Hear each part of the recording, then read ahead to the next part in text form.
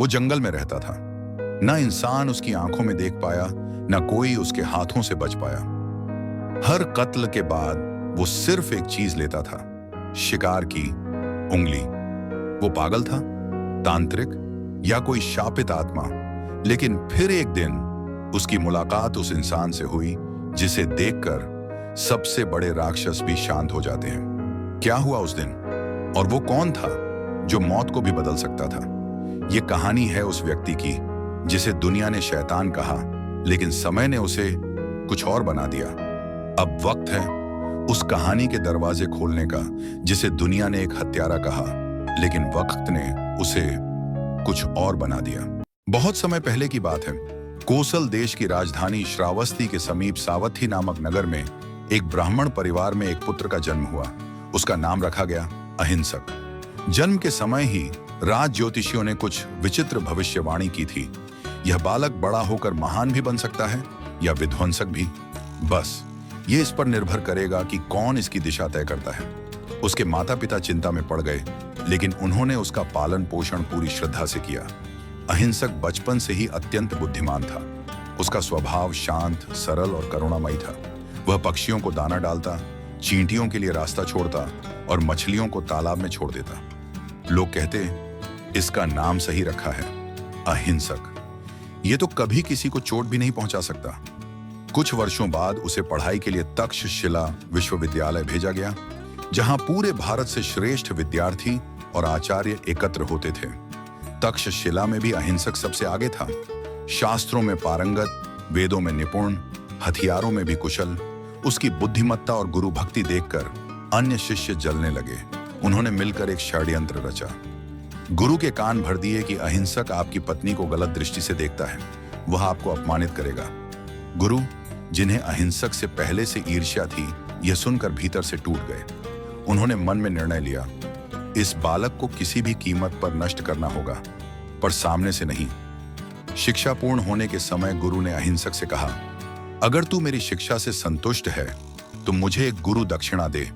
जंगल में जा और 100 निर्दोष मनुष्यों की उंगलियां काट कर ला। अहिंसक यह सुनकर सन्न रह गया। गुरुदेव, यह कैसे? गुरु ने कठोरता से कहा, तू मेरे आदेश को टाल सकता है, लेकिन तब यह प्रमाणित हो जाएगा कि तू कायर है। अहिंसक का हृदय द्वंद्व में डूब गया।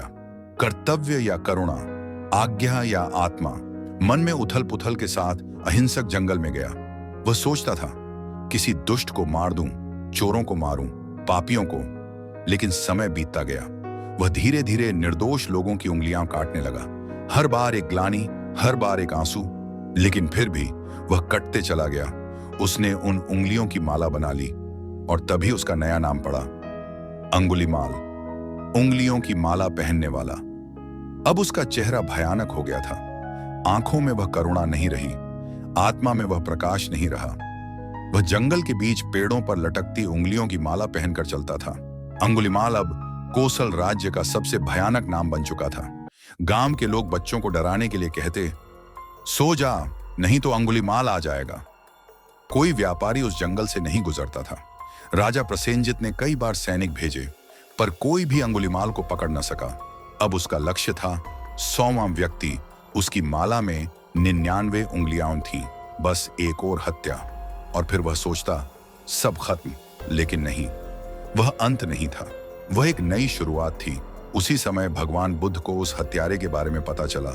उनके कुछ शिष्य बोले, भगवान, उधर मत जाइए, अंगुलीमाल आपको भी नहीं छोड़ेगा। बुद्ध ने मुस्कुराकर उत्तर दिया, जो दूसरों के भय से रुक जाए वो संसार को कैसे पार कराएगा।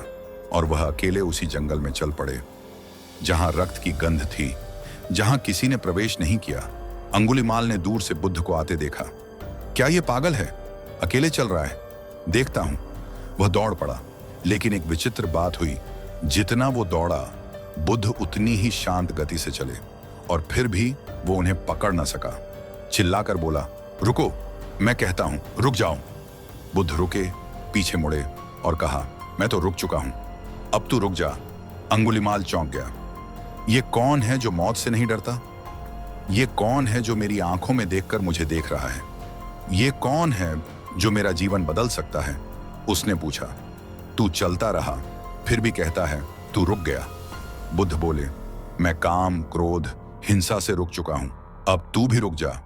इसी क्षण, इसी जगह अंगुलीमाल वहीं गिर पड़ा। मुझसे पाप हुए हैं प्रभु, क्या मैं अब भी कुछ बन सकता हूं? बुद्ध ने मुस्कुराकर हाथ बढ़ाया। जब तक सांस है तब तक परिवर्तन संभव है। अंगुलीमाल ने उसी दिन अपना हथियार त्याग दिया, बुद्ध के चरणों में शरण ली और संघ में भिक्षु बन गया। अब वह हत्यारा नहीं था, अब वह सत्य, अहिंसा और करुणा का साधक था। पर समाज भूला नहीं। जब अंगुलीमाल भिक्षा मांगता, लोग पत्थर मारते, अपशब्द कहते, थूकते। एक दिन खून से लथपथ लौटकर बुद्ध से बोला, प्रभु मैं बदल गया हूं, फिर लोग क्यों नहीं बदलते? बुद्ध बोले, तू 100 घाव सह ले पर एक घाव न दे, क्योंकि तेरे सहने में ही उनका घृणा भाव झलकर राख होगा। एक बार एक गर्भवती स्त्री प्रसव पीड़ा में तड़प रही थी। कोई उसकी मदद को आगे नहीं आया। लोग बोले, उसे हाथ मत लगाना, अंगुलीमाल है, दुर्भाग्य होगा। बुद्ध ने कहा, जा अंगुलीमाल, उस स्त्री से कह, जिस दिन से मैंने हिंसा का त्याग किया है उस दिन से किसी को कष्ट नहीं पहुंचाया। इसी सत्य की शपथ पर तेरी संतान सुरक्षित जन्म ले। और हुआ वही। स्त्री का दर्द कम हो गया। आज वही अंगुलीमाल जिसने 99 लोगों की जान ली थी, एक मां और बच्चे का रक्षक बना था। अंगुलीमाल वर्षों तक शांत, मौन और तपस्वी जीवन जीते रहे। जब उनके अंतिम क्षण आए, उन्होंने आंखें बंद की और कहा, जिन हाथों से मैंने लोगों को मारा था, आज उन्हीं से बुद्ध को प्रणाम कर रहा हूं। अब मुझे मृत्यु नहीं, मुक्ति चाहिए, और मुझे विश्वास है वो मिल चुकी है। अगर अंगुलीमाल जैसा हत्यारा भी भगवान बुद्ध की शिक्षाओं से साधु बन सकता है, तो फिर हम क्यों नहीं अपने भीतर के क्रोध, लालच और हिंसा को त्याग कर एक शांत जीवन जी सकते हैं? बुद्ध का धर्म मंदिरों में नहीं, हृदयों में बसता है। अंगुलीमाल की माला उंगलियों से नहीं बनी थी, वो बनी थी उसके अंधकार से। और भगवान बुद्ध ने उस अंधकार में एक दिया जला दिया, बस एक दिया, और रात सुबह बन गई। अगर ये कहानी आपके भीतर रोशनी लाई हो तो लाइक जरूर करें और कमेंट में बताइए, क्या हर कोई बदल सकता है? चैनल को सब्सक्राइब करें ताकि आप अगली कहानी मिस न करें। मिलते हैं एक और रहस्यमयी, सच्ची और आत्मा को छू जाने वाली कहानी के साथ। तब तक सुनते रहिए, सोचते रहिए और जुड़े रहिए।